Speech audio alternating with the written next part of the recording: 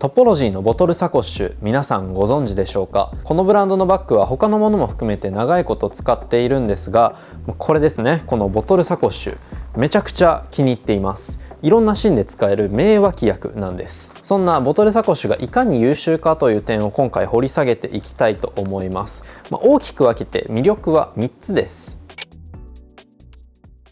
まずはそのサイズ感のちょうど良さ。ボトルサコッシュはそもそもサイズ違いでいろいろあるんですが、僕はラージを選択しています。このラージがちょうどいいんです。後ほど詳しくお話ししますが、本とか iPad mini とか一番メインで使うものを十分に入れられるサイズ感なんですね。そして2つ目がカスタマイズ性です。僕のものは、見た目めちゃくちゃ派手になってると思います。ちょっと派手なものが好きでして、シルバーかっこいいですね。いやー、すごく見た目が気に入っています。そしてロープはこんな感じの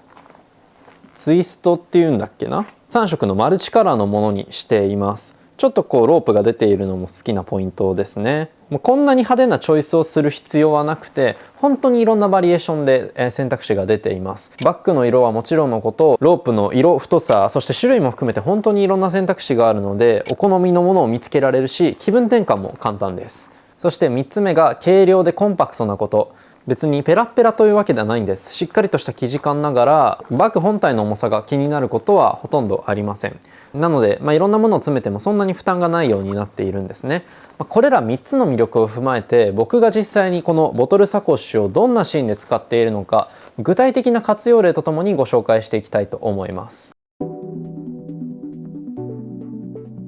1つ目は旅行のサブバッグとしてです。これは直近ですね、韓国旅行に行った時にも、荷物を紹介したり、あと旅行の Vlog でも多分ちらっと出てきたと思います。必需品を入れて街中を歩くのに本当にぴったりのバッグなんですね。ボトルサコッシュという名前の通り、中にペットボトルをはじめとした飲み物を入れて持っていけるんですね。このラージモデルであれば 500ml のペットボトルまで入ります。ちょっと今仮で僕が持っているこのモヘイムのボトルを入れますが、そこら辺で買ったペットボトルをささっとここに入れてしまっておけるんですね。ポイントは結構あって、底がメッシュになっていたり、この裏地がしっかりとしているおかげで、このボトル自体が結露で濡れてきても中のものが濡れたりはしません。ボトルが取り出しやすく落ちにくい構造になっているのも魅力です。また個人的に嬉しいのが、そもそもこのボトルを入れる前提のバッグみたいになっていることもあって、中にペットボトルとかを入れてもシルエットが崩れにくいんですよ。普通このくらいのサイズのバッグに入れるとバッグが膨らんでしまってシルエットが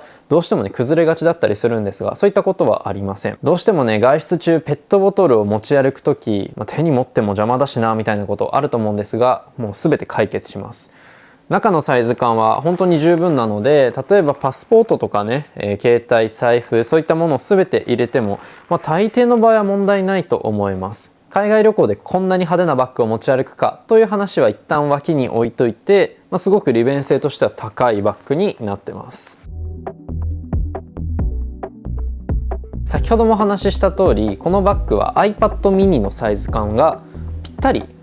収まります。なので PC 作業、本格的なものはしないんだけれど、iPad で完結できることくらいはやりたいなとか、ちょっと休日出かける時に隙間時間でちょっと作業を進めておきたいなみたいなシーンですごく重宝します。このバッグは2つポケットがあります。 iPad と一緒に別でキーボードを持ち歩くくらいには十分余裕がありますね。僕が持ち歩いているのは、この左右分割キーボードのモナ2です。自作キーボードの類でかなりコンパクトなのが魅力なんですが、 iPad とこのモナ2があれば、動画を編集するみたいなヘビーなタスクでない限りは大抵済んでしまいます。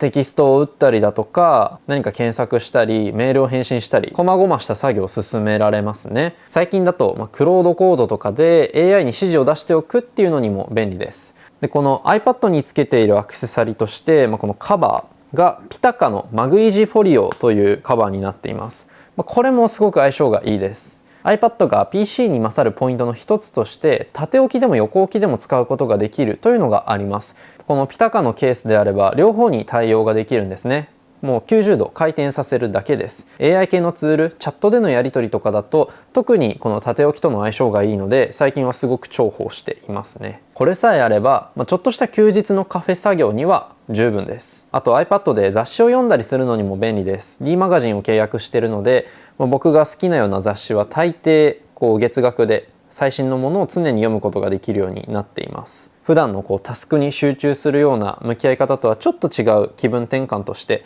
iPad での作業もいいんじゃないでしょうか。そんな AI 言ってないでという気持ちも分かります。僕もその気持ちすごくあります。休日くらいはパソコンから離れてゆっくりしましょうということで、ちょっとしたデジタルデトックスバッグのような形にも使うことが多いですね。直近の動画でもご紹介しましたが、僕が最近導入したこのトラベラーズノート、見た目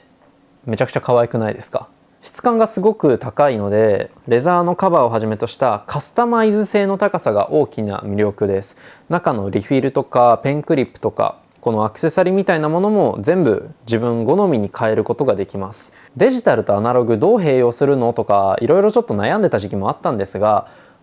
とにかく紙とペンだけね持って出歩くと結構いろんな刺激があったりするんですよ。何も考えずにぼーっとしてると、ちょっと考え事が浮かんできたりだとか、イラストスケッチ描いてみたくなったりだとか、一番基本に変えれるアウトプットツールなのでね、すごく気に入ってますね。ペンはおなじみのラミーのサファリジェットストリームインクを採用しているものです。ぬるぬる書くことができます。こういった、ノートとペンもそうだし、あとは本とかもですね、デジタルツール持っているとね、本って進まないですから、本当に集中が切れるので、最近僕が読み始めているのはこの D& デパートメントの長岡健明さんの本ですが、いやいいですね。紙の本って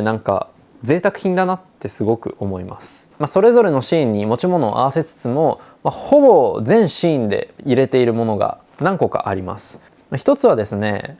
モバイルバッテリーです。なんだかんだ必要ですね。合っていないと不安になるのは現代病なんでしょうか。いろいろと使うことが多いですが、この程度の作業環境であればこの小さいもので十分です。シャージのフローミニ2という 5000mAh のモバイルバッテリーです。USB-C のこの端子を直接搭載していて、ケーブルが不要なモデルになっているので、大体のものは使用するアイテムは全部充電できますし、1日とか半日くらいであれば全く問題ない容量を積んでいます。で、あとこちらですね。これも最近動画で紹介したXiaomi 17 Ultra というカメラです。スマホに見えるんですが、僕はカメラとして使っています。写真の写りがとても綺麗。なんだかんだ iPhone のカメラで僕は満足しきれない中で、これならこんなにコンパクトながらすごくしっかりと写真を撮ることができます。ぜひね、作例はこれを Xiaomi 17 Ultra をご紹介した動画をご覧ください。本当にスマホなんだっていうようなキレのある絵を撮ることができます。なんだかんだカメラ好きな中で iPhone とは別でカメラを持っておきたいという願望をよりコンパクトに叶えてくれる一品です。普通のスマホ並みに薄いので、このバッグの中でもかさばらずに持ち歩くことができます。あとはiPhone とか、あと AirPods を持ち歩くくらいですかね。このくらいのコンパクトな荷物でフラッと出かけて、ささっとカフェで過ごしてみるみたいなことをしたりしています。本当にこのトポロジーのボトルサコッシュは優秀なので、ぜひ皆さん一つ揃えてみてはいかがでしょうか。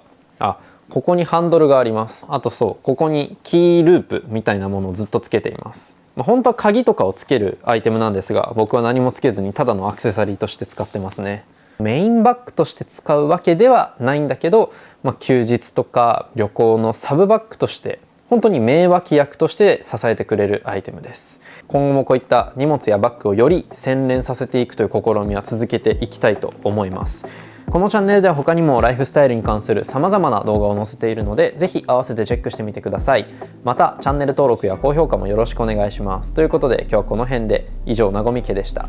では。